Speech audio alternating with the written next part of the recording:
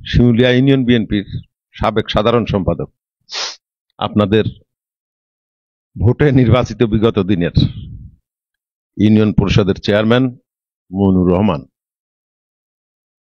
তার কথার মধ্যে আমাদের আসার হেতু বা কারণ ব্যাখ্যা করেছে। আমার সাথে এখানে উপস্থিত আছেন আমাদের মুরব্বী, আপনাদেরই আপনজন একান্ত, আমাদের আবু মেম্বার, সাংগঠনিক সম্পাদক সাবেক, অন্যান্য মুরব্বীরা এবং আমার সাথে আগত আমাদের দলের কর্মীরা সহ সকলকে আন্তরিক শুভেচ্ছা এবং অভিনন্দন জানাচ্ছি। এই এলাকার মানুষ কতটা বিএনপি ভক্ত তার প্রমাণ এটাও একরকম বলা চলে, কারণ এই ঠান্ডাকে উপেক্ষা করে এই রাত্রে, এই শীতের রাতে কোনো নোটিশ ছাড়া, পূর্ব কোনো ঘোষণা ছাড়া বিএনপির কোনো নেতৃবৃন্দ এলাকায় আসলেই এইরকম একটা সমাবেশ হয়ে যায়, তার আর একটা প্রমাণ আজকের এই উপস্থিতি। আমরা তো আসলেই কাউকে আগে সংবাদ দিতে পারি নাই, বলিও নাই। হঠাৎ করে 4টার সময় আমি পার্টি অফিসে বসা ছিলাম, তো আপনারা ইতিমধ্যে অবগত হয়েছেন আগামী 19 তারিখ কুষ্টিয়া জেলা বিএনপির নেতৃত্বে একটা জনসভা অনুষ্ঠিত হবে জেলা সদরে। এই জনসভাটা সাকসেসফুল করা আমাদের সকলের, যারা বিএনপি পরিবার ভুক্ত আমরা, আমাদের সকল নৈতিক দায়িত্ব সকলের। কি বলেন আপনারা? এই মেসেজটা আমাদের সকল নেতাকর্মীদের মাঝে পৌঁছে দেওয়ার উপলক্ষেই, পৌঁছে দেওয়ার জন্যেই হঠাৎ করে 4টার সময় আমি এবং মমিন পরামর্শ করলাম, আবু ছিল, আমরা পরামর্শ করলাম যে আমরা আমাদের সমস্ত এলাকায় হাটবাজারগুলোতে যেখানে জনসমাগম হয় সেখানে গেলেই বেশি মানুষ পাওয়া যায়, তাদের সাথে যোগাযোগ রক্ষা করে আগামী 19 তারিখের মিটিং এর সংবাদটা পৌঁছে দিতে চাই। তো সেই হিসেবে চলো, আমাদের সময় তো কম, আজকেই আমরা 2-1টা জায়গায় অন্তত টাচ করি। তো প্রথমে ওখান থেকে উঠে আমরা সমসপুর গেছি, তারপর সমসপুরে ওখানে আসরের নামাজ পড়েছি, ওখানে কিছু কথাবার্তা বলেছি, তারপর ওখান থেকে বিলজানি বাজারে এসেছি, বিলজানি বাজার শেষ করে তারপর আপনাদের এখানে বসায় আসছি, এরপরে আমরা খোকসায় যাব। তো যাই হোক, যে কথায় ছিলাম, আপনারা আরেকবার প্রমাণ করেছেন আজকে যে এই এলাকা আসলেই বিএনপির ঘাঁটি। আমরাও আগে থেকেই জানি যে খোকসা থানার মধ্যে 9টা ইউনিয়ন, তার মধ্যে শিমুলিয়া ইউনিয়ন বিএনপির সবচেয়ে বড় ঘাঁটি, তার মধ্যে আবার শিমুলিয়া ইউনিয়নের মধ্যে বসোয়া অঞ্চলটা একেবারেই নিখাদ একটা বিএনপি অধ্যুষিত এলাকা, এতে কোনো সন্দেহ নাই। তো আমরা এসেছি আপনাদের কাছে, আপনারা ইতিমধ্যেই বলেছি আমি যে আগামী 19 তারিখ কুষ্টিয়া জেলা বিএনপির উদ্যোগে একটা জনসভা অনুষ্ঠিত হবে। এই জনসভায় আমাদের সকলের আন্তরিকভাবে সহযোগিতাপূর্ণ আচরণ নিয়ে সামগ্রিক উপস্থিতি নিশ্চিত করাই আমাদের লক্ষ্য। আপনারা জানেন ইতিমধ্যে খোকসা থানা বিএনপির নতুন একটা কমিটি জেলা কমিটি কর্তৃক দেয়া হয়েছে। সেই কমিটিতে আহ্বায়ক হিসেবে আছেন আপনাদেরই আরেকজন কৃতি সন্তান বীর মুক্তিযোদ্ধা আলাউদ্দিন খান, সদস্য সচিব হিসেবে আমি আছি, অন্যান্য সদস্য আছে। আজকে আলাউদ্দিন ভাই নাই, আলাউদ্দিন ভাই ঢাকায়, তার সাথে আমার গত পরশুদিন কিছু কথা হয়েছে।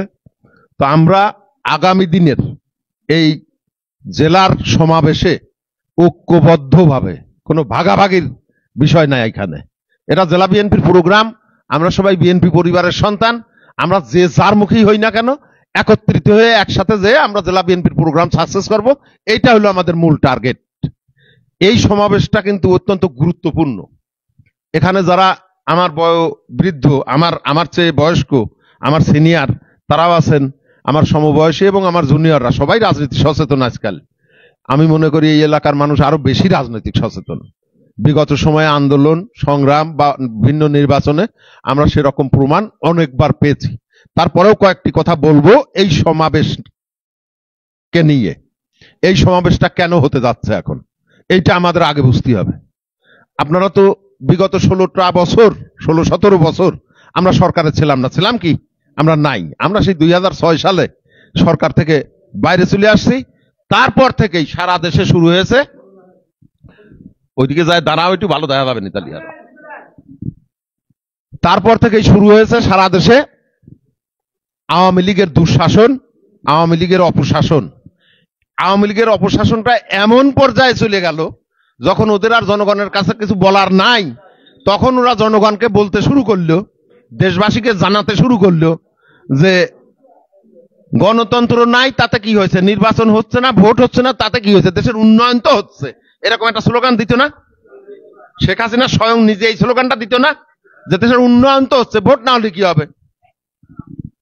বিএনপির আন্দোলনটাই ছিল আগে জনগণের সমর্থন নিয়ে জনগণের ভোটে সরকার গঠন করা লাগবে, তারপরে দেশের সংস্কার হবে, দেশে অন্য কিছু হবে, যা কিছু হবে। এই ছিল বিএনপির স্লোগান। তাই তো আমরা বিশ্বাস করি এই দেশের সমগ্র মানুষ একত্রিত হয়ে স্বতঃস্ফূর্তভাবে নিজের ভোট নিজে দিতে পারবে, সেই রকম একটা পরিবেশ তৈরি করে দেই।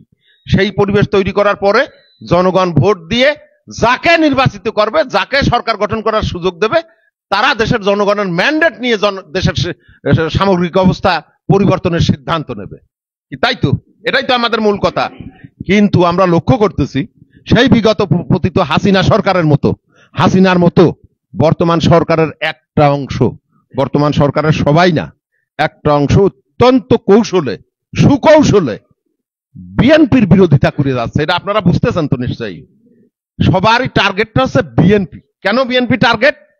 বিএনপি হচ্ছে এই দেশের সবচাইতে জনপ্রিয় দল।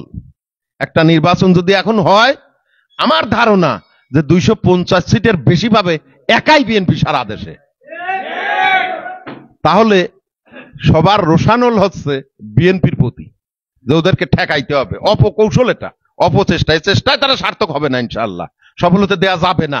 হাসিনার মতো একটা মানে হিটলার শ্রেণীর শাসককে যখন এই দেশের জনগণ তাড়াইতে পারছে, তখন বর্তমান সরকারের চেলাচামুন্ডা যারা আছে, দুই একজন যে অংশটা চেষ্টা করতেছে নির্বাচনকে প্রলম্বিত করা, বিএনপিকে ক্ষতিগ্রস্ত করার, সেই ষড়যন্ত্র সাকসেসফুল হবে না ইনশাআল্লাহ। বিএনপির নেতাকর্মীরা যতক্ষণ আছে ততক্ষণ আমরা সজাগ দৃষ্টিতে যদি আগাইতে পারি, অবশ্যই তাদের সেই চক্রান্ত আমরা সার্থক হতে দেব না। আর সেই চক্রান্ত প্রতিহত করার মন্ত্রণা নিয়েই আগামী 19 তারিখ কুষ্টিয়া জেলা বিএনপির জনসভা অনুষ্ঠিত হবে। শেখ হাসিনা যেমন বলতো গণতন্ত্র না থাকলে কি হবে, দেশের উন্নয়ন তো হচ্ছে, ভোটেরও দরকার নেই।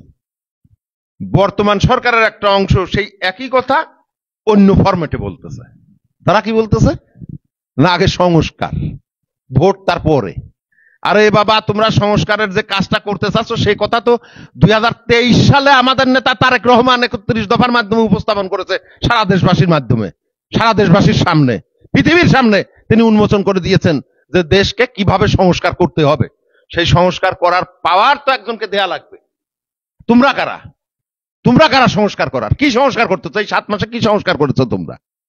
যারা এই দেশের সাধারণ মানুষের উপরে, ধর্মভীরু মানুষের উপরে, ইসলাম প্রেমী মানুষের উপরে, বিএনপি নেতা কর্মীদের উপরে নিপীড়ন নির্যাতন চালালো, হত্যা করলো, গুম করলো, জেল খাটাইলো, মারধর করলো, তাদের বিরুদ্ধে কি ব্যবস্থা নিতে পেরেছো তোমরা এই 7-8 মাসে? সেদিকে কোনো খবর নাই। ওনারা একটা সুকৌশলে একটা অংশ চেষ্টা করতেছে যে কিভাবে ক্ষমতাটাকে প্রলম্বিত করা যায়। তাদের মূল টার্গেটটা যে কোনো কৌশলে আবার ওই আওয়ামী লীগকে ফিরিয়ে নিয়ে আসার একটা সুযোগ করে দেওয়া। এই সুযোগ কি আমরা দেব? এদেশের মানুষ দেবে? দেবে না। এদেশের মানুষ দেবে না। এদেশের মানুষ অবশ্যই সেটাকে প্রতিহত করবে, কিন্তু সেই ক্ষেত্রে নেতৃত্ব অবশ্যই বিএনপির নেতা কর্মীদের হাতে তুলে নিতে হবে।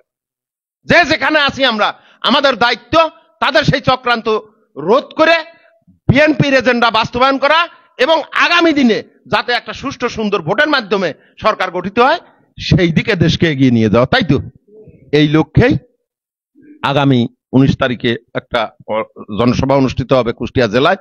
এটা শুধু কুষ্টিয়ায় না, সারা বাংলাদেশে বিএনপি এই কর্মসূচি ধরে করেছে, এবং এক একদিন 2-3টা ডিস্ট্রিক্টে হচ্ছে জনসভা। এরকমও আছে, আজকেও মনে হয় 2-1টা ডিস্ট্রিক্টে ছিল। আগামী 19 তারিখে আমাদের যেদিন হবে সেদিনও মনে হয় 3টা জায়গায় জনসভা অনুষ্ঠিত হবে মোট। এইভাবে 64টা জেলা, তারপরে আপনার মহানগর, গুরুত্বপূর্ণ অঞ্চলে এই জনসভাগুলো অনুষ্ঠিত হতে যাচ্ছে। তারই অংশ হিসেবে 19 তারিখে আমাদের জেলার জনসভা। গত পরশুদিন 13 তারিখে আমাদের একটা প্রস্তুতি মিটিং ছিল জেলা বিএনপির। সেই জেলা বিএনপির প্রস্তুতি মিটিং এ আলাউদ্দিন ভাই ছিল, আমি ছিলাম, আমাদের পৌর নেতৃবৃন্দ ছিল। সেখানে জেলার নেতৃবৃন্দ যে দিক নির্দেশনা দিয়েছেন সেই দিক নির্দেশনা অনুযায়ী এখনো 100% শিওর না আমি যে ভেন্যুটা কোন জায়গায়, তবে যতদূর শুনেছি ভেন্যুটা কুষ্টিয়া হাউজিং মাঠে নিশান মোড় বলে একটা জায়গা আছে না, নিশান মোড়ের পাশে একটা বড় মাঠ আছে, সেই মাঠে সম্ভবত সিলেকশন হবে। আপনারা সেই মেসেজও পেয়ে যাবেন এবং মিটিংটা আনুষ্ঠানিকভাবে 3টায় ঘোষণা থাকলেও মিটিং শুরু হয়ে যাবে হয়তো 12টা 1টার সময় মিটিং শুরু হয়ে যাবে। আমরা কিছুদিন আগে কুষ্টিয়াতে একটা জনসভা দেখেছি, যারা কুষ্টিয়ায় থাকেন তারা দেখেছেন, সেসব লোক এর মধ্যে থাকলে বুঝবেন। জামাতে ইসলামী বাংলাদেশ একটা জনসভা করেছে।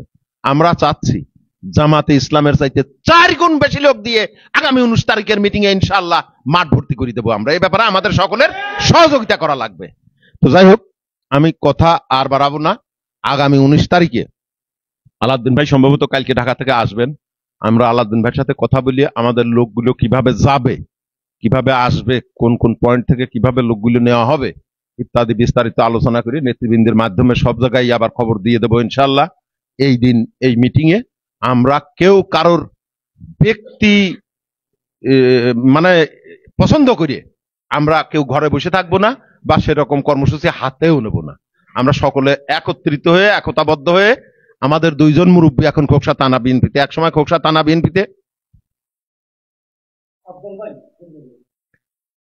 আমরা খোকসা থানা বিএনপিতে এক সময় দেখেছি, আমার মুরব্বীরা দেখেছেন, অনেকেই দেখেছেন, খোকসা থানা বিএনপি ছিল একটা মডেল কুষ্টিয়া জেলার মধ্যে। এখানকার নেতাগুলোর পরিচিতি দেখলে পরে লালটু মাস্টার দলের সভাপতি, রেজাউল ডাক্তার সহসভাপতি, আনোয়ার খান তাতারি সহসভাপতি, এরকম করে দল একভাবে আগাইতে আগাইতে আগাইতে আগাইতে 96 সালের পরে এসে 97, 98, 99 সালের মধ্যে আমাদের সাথে দলে যোগদান করলেন আলাউদ্দিন খান, আমাদের সাথে দলে যোগদান করলেন সৈয়দ আমজাদ আলী। তারপরে আমাদের উপচে পড়ার মতো অবস্থা, কানায় কানায় পূর্ণ করেছিলেন এই 2 নেতা এসে বিএনপিতে এসে। আপনারা একমত কিনা আমার সাথে এই ব্যাপারে? এই 2 নেতার অবদান অবশ্যই বিএনপিতে আছে এবং সেটাকে শ্রদ্ধার সাথে আমরা চিরদিন দেখবো ইনশাআল্লাহ। এবং আগামী দিনের এই প্রোগ্রামেও এই 2 নেতাকে সাথে নিয়ে একসাথে আমরা সকলে এই প্রোগ্রামে অংশগ্রহণ করব এবং প্রোগ্রামকে সাকসেসফুল করব। এ ব্যাপারে সবাই আমরা আজকে ওয়াদাবদ্ধ হলাম ইনশাআল্লাহ। ধন্যবাদ সকলকে। আর একটা টাইম বলেছি ইতিমধ্যেই, 3টায় আনুষ্ঠানিকভাবে শুরু হওয়ার কথা থাকলেও মিটিংটা 12টা 1টায় শুরু হয়ে যাবে। ইতিমধ্যে একটা মানে শোক সংবাদ, আমাদের থানা বিএনপির সদস্য না, আমাদের থানা বিএনপির এক সময়কার সহ দপ্তর সম্পাদক, পরবর্তীতে সে স্বেচ্ছাসেবক দলের রাজনীতি করত, গোপগ্রাম ফাজিল মাদ্রাসার স্বনামধন্য শিক্ষক, দেবীনগরের বাসিন্দা আফজাল হোসেন, অনেকে চিনেন হয়তো আফজাল, অর্থাৎ মোজাম্মেল ভাই ছিল না, মোজাম্মেল ভাই শালা আফজাল মাস্টার, ও বোধহয় কালীবাড়ি এলাকায় বাড়ি করেছে সম্ভবত, কালীবাড়ি।